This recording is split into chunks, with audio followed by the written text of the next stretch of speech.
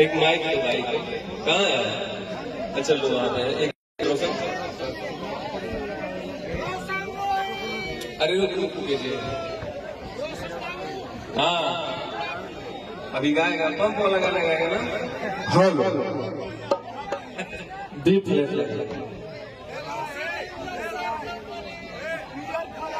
एकदम पंप मारेंगे रात भर। एक कैटेगरी बाबू थोड़ा इधर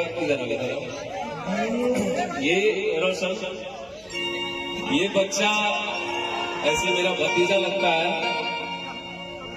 इतना कम उम्र में सच्चाई है कि हम लोग तो स्टेज पे खड़ा भी नहीं हो पाते थे, और ये नवाबा जिला का ही लाल है।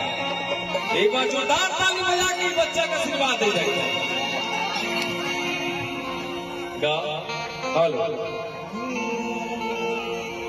बैठ अरे की धूम हटा उठावे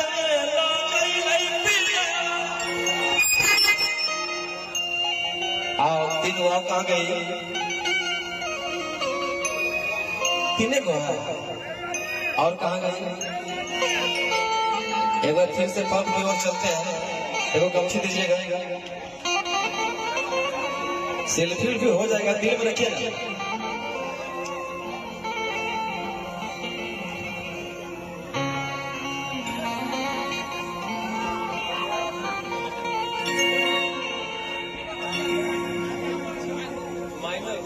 हाल ना ना ठीक है।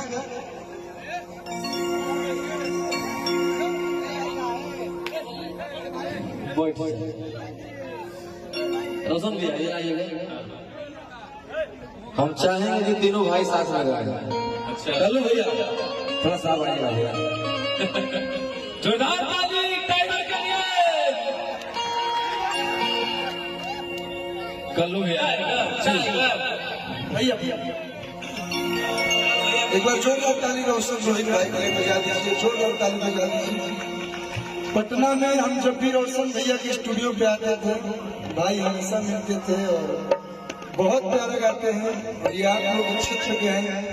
जोरदार ताली बजा के इनका स्वागत कीजिए, तो आशीर्वाद दीजिए। ये मगह तक सीमित ना हो, पूरे हिंदुस्तान पूरे वर्ल्ड में इनकी आवाज लोग सुने और उनको लोग प्यार दें।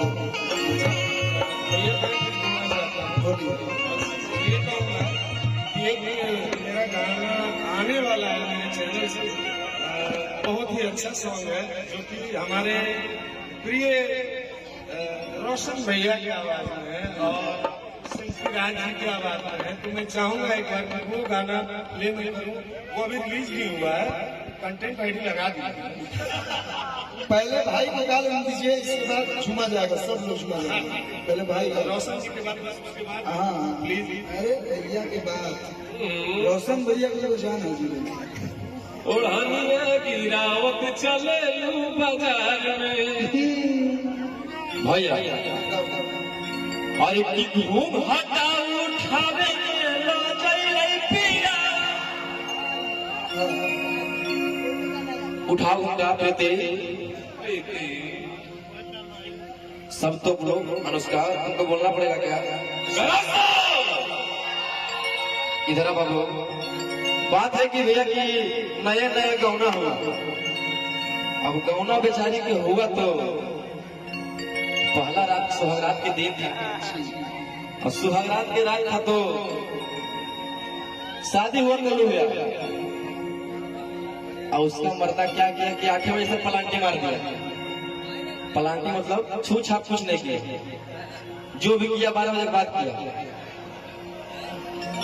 तो अपना सखी से जाके बोल रही रोशन अरे की घूम हटा उठावे लो जइले पिया भैया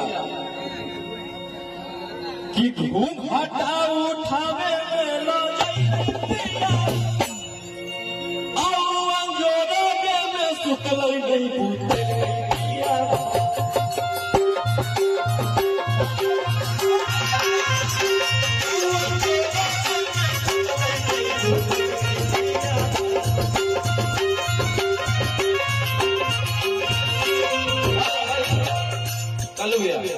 आप उसका करामत देखिए कि पारा जब बजलै तू जंप मारो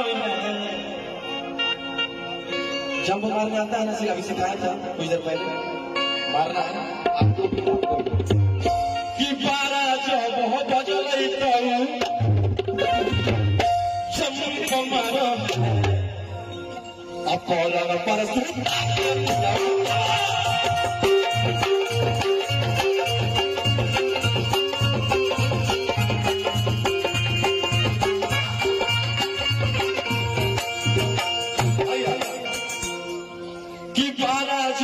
बजलै तू जंप मारो अपोलर पर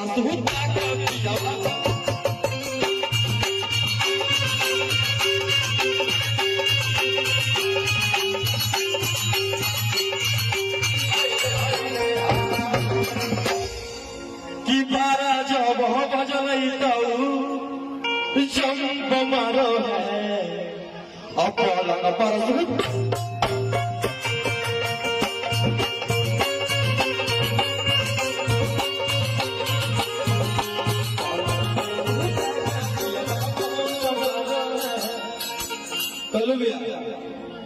ये गाना 100 मिलियन प्लस है और कहाँ गाना नहीं बजा मगध से लेकर भोजपुरी लगा यूपी बलिया बक्सर जहाँ भी है सब जगह बजा है।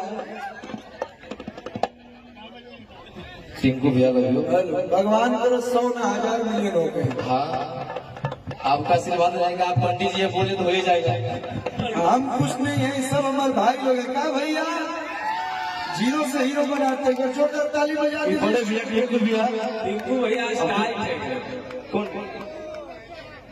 कि पारा जब बजलै तू जंप मारो